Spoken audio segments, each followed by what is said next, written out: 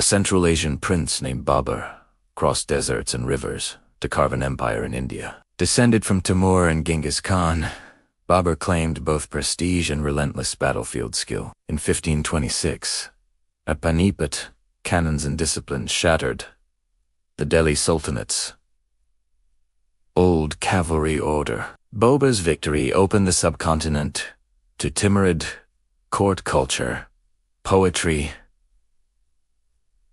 and new governance. Humayun inherited a fragile realm, losing power, then reclaiming it with Persian assistance and determination. Forced into exile, Humayun returned in 1555, briefly restoring Mughal authority before his sudden death. His young son Akbar rose amid factional courts, brilliance forged from survival and reform. Akbar embraced diverse peoples, molding a multi-ethnic, multi-faith empire from fractious Indian polities. He reorganized administration with mansabdors, ranking nobles by merit and military service.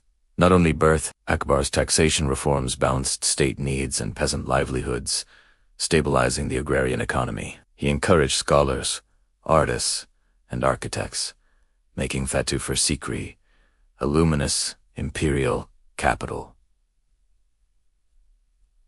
Briefly, Akbar experimented with religious dialogue, inviting priests, mystics, and philosophers to his royal debates. He promoted tolerance and initiated Din-i-Ilahi as a syncretic ideal, not a replacement faith. Mughal courts refined painting into miniature masterpieces, blending Persian finesse with Indian color and narrative. Jahangir, Akbar's son, loved art and gardens, ruling with cultured curiosity and subtle authority. On the Jahangir court painters achieved delicate realism, portraying emperors, nobles, flora, and fauna. Shah Jahan inherited wealth and taste, commissioning monuments whose marble still moves the world. His greatest work, the Taj Mahal, became timeless love, carved in white marble and light. The imperial capital shimmered with gardens, canals, palaces, reflecting Persian aesthetics fused with Indian motifs. Mughal engineers mastered waterworks, Shahbag, gardens, and architecture linking heaven, earth, and royal power. Trade flourished. Textiles, indigo, spices, and carpets crossed seas to Arabia and Europe. Mughal artisans excelled in jewelry, lacquer, metalwork, and inlay techniques prized across continents. Shah Jahan's ambitions strained treasuries, planting seeds of rivalry and eventual fratricidal conflict. Aurangzeb seized power after civil war, reigning piously yet ruling the empire with stern rigor. His conquests expanded Mughal borders into the Deccan, but also stretched resources thin and far. Aurangzeb's orthodox policies alienated some elites and undermined earlier policies of religious accommodation. The empire now faced persistent insurgencies, Marathas, Sikhs, Rajputs, and bandit regional powers. Local governors grew powerful. Revenue collection faltered as central authority became overextended and weary. After Aurangzeb's death, dynastic decline accelerated. Contenders, weak empire, and court factionalism dominated Delhi. The 18th century witnessed regional states rise. Maratha Confederacy, Nizam, Bengal Nawabs, and Sikh European trading companies, patient and strategic, converted commerce into political influence and territorial control. Bengal's wealth, once a Mughal treasure chest, became the stage for company ambitions and conflict. The Battle of Plassey in 1757 turned corporate interests into imperial power, changing subcontinental course. Mughal emperors became figureheads under the East India Company's shadow. Powerless in Delhi's courts, art continued. Mughal painting evolved, blending European perspective with local color and portrait realism. Language transformed. Persian remained courtly while Hindavi dialects evolved into Urdu on city streets. Sufi shrines and traditions kept spiritual life vibrant, despite political fragmentation and foreign intrusion. The peasantry bore heavy taxes and rural instability as imperial armies and war drained resources. Urban centers remained cosmopolitan. Markets buzzed with silk, spices, coins, and multilingual exchange. Mughal law fused Islamic jurisprudence and customary practices administered by qadis and local elders. Emperors patronized scholars, madrasas taught theology, arithmetic, and Persian literature to eager minds. Architectural patronage linked royal legitimacy to visible monuments across cities and provincial towns. Coinage, weights, and imperial seals still circulated, reminders of an empire once centrally powerful. The British gradually absorbed revenue systems, diplomacy, and local elites into their imperial framework. The 19th century brought direct conflict.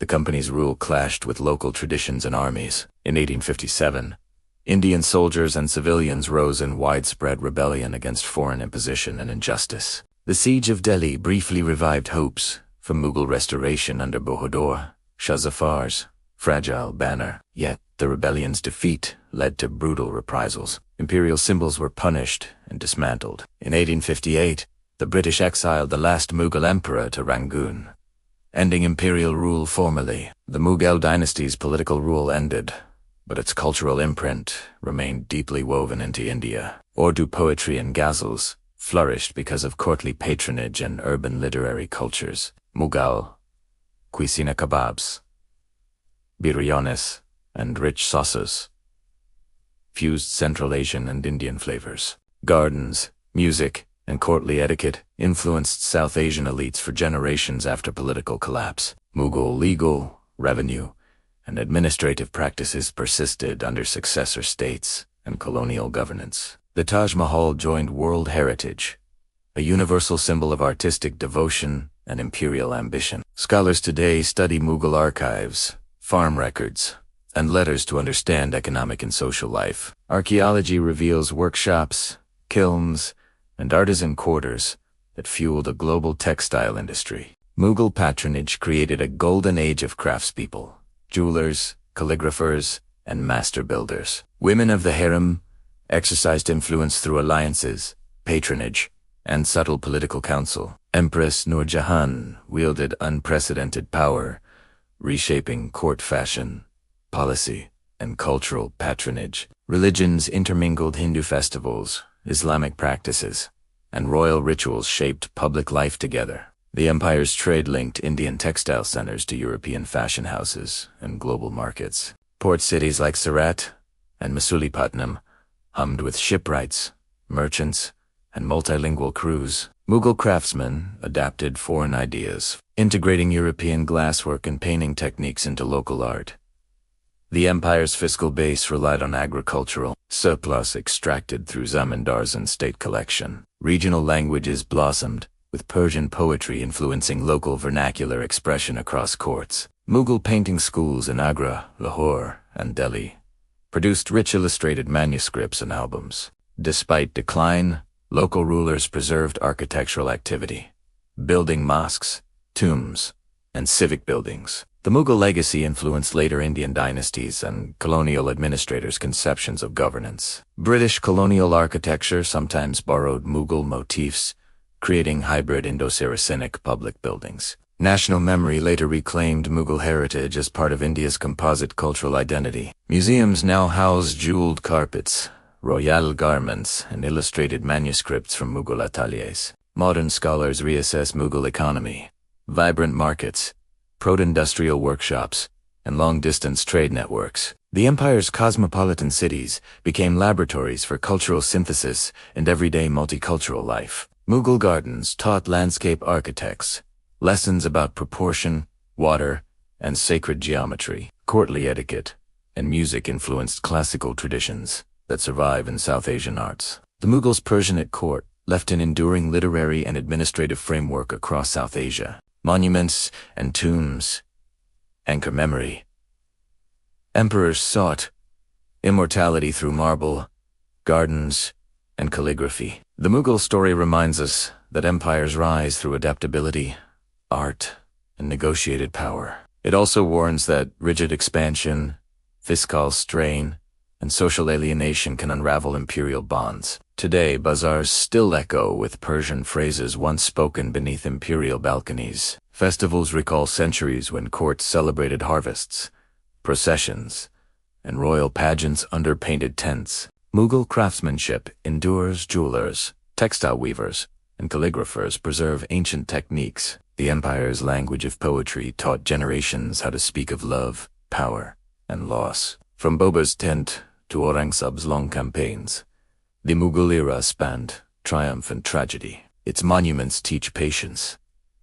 Stone and water remember time differently than empires of conquest. Schools and universities continue researching Mughal records, challenging earlier myths and colonial distortions. The Mughal legacy remains contested, admired, and central to South Asia's cultural imagination. In markets, mosques, and palaces, the empire's echoes still invite wonder and reflection today. The Mughal Empire, a tapestry of conquest, art, faith, and a civilization's long, luminous heartbeat.